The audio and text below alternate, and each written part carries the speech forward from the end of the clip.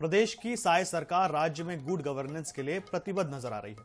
यही वजह है कि प्रशासनिक कामकाज में मजबूती, पारदर्शिता, जीरो टॉलरेंस की नीति पर काम करने पूरी सरकार समय समय पर चिंतन भी कर रही है। आज से नवा रायपुर में IIM में साय सरकार का चिंतन शिविर 2.0 शुरू हो गया है। 2 दिनों तक अलग अलग सत्रों में देश के जाने माने एक्सपर्ट्स गुड गवर्नेंस के गुण सिखाएंगे। IIM में सुशासन की पाठशाला, साय मंत्रिमंडल कर रहा चिंतन, 2 दिवसीय शिविर का आयोजन। विपक्ष ने कहा मंत्रियों का पर्यटन। मुख्यमंत्री विष्णुदेव साय एवं उनके मंत्रिमंडल के सदस्यों का 2 दिवसीय चिंतन शिविर 2.0 आज IIM रायपुर में प्रारंभ हो गया है। छत्तीसगढ़ शासन के सुशासन एवं अभिसरण विभाग द्वारा भारतीय प्रबंधन संस्थान रायपुर IIM के सहयोग से 2 दिवसीय चिंतन शिविर 2.0 का आयोजन किया गया है। चिंतन शिविर 2.0 पर डिप्टी सीएम अरुण साव ने कहा कि इस तरह के शिविरों से सरकार चलाने में मदद मिलती है। सरकार की नीतियों का बेहतर क्रियान्वयन कैसे हो सकता है, इसकी जानकारी मिलती है। वास्तव में एक मंत्री के नाते बहुत सारे काम अलग अलग तरीके के करने होते हैं।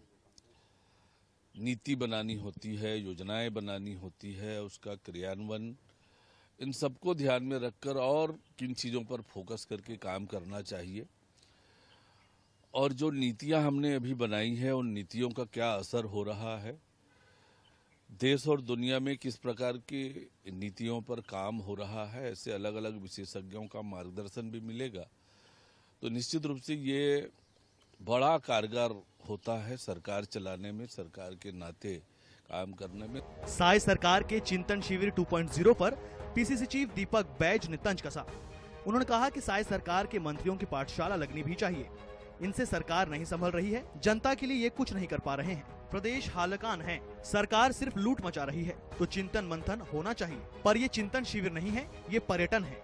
सरकार इनसे तो संभल नहीं रही है, जनता का कुछ काम तो हो नहीं रहा है, प्रदेश हालाकान है और सरकार सिर्फ लूट खसोट में मस्त है। तो चिंतन मंथन होना तो चाहिए, जरूरी भी, लेकिन ये चिंतन शिविर नहीं है, ये पर्यटन है सरकार की। विपक्ष सरकार के चिंतन पर तंज कस रहा है, मगर सरकार इस तरह के शिविरों से राज्य में गुड गवर्नेंस स्थापित करने का दावा कर रही है। इसके पहले चिंतन शिविर 1.0 में मंत्रियों को अपने विभागों में कामकाज में कसावट लाने और जनता की आकांक्षाओं को पूरा करने के टिप्स दिए गए थे। अब देखना होगा चिंतन शिविर 2.0 से कितना लाभ जनता को मिल पाता है और ग्राउंड पर होने वाले कार्यों में किस तरह का परिवर्तन आ पाता है। स्वप्निल गौरखेड़े, IANS 24/7, रायपुर।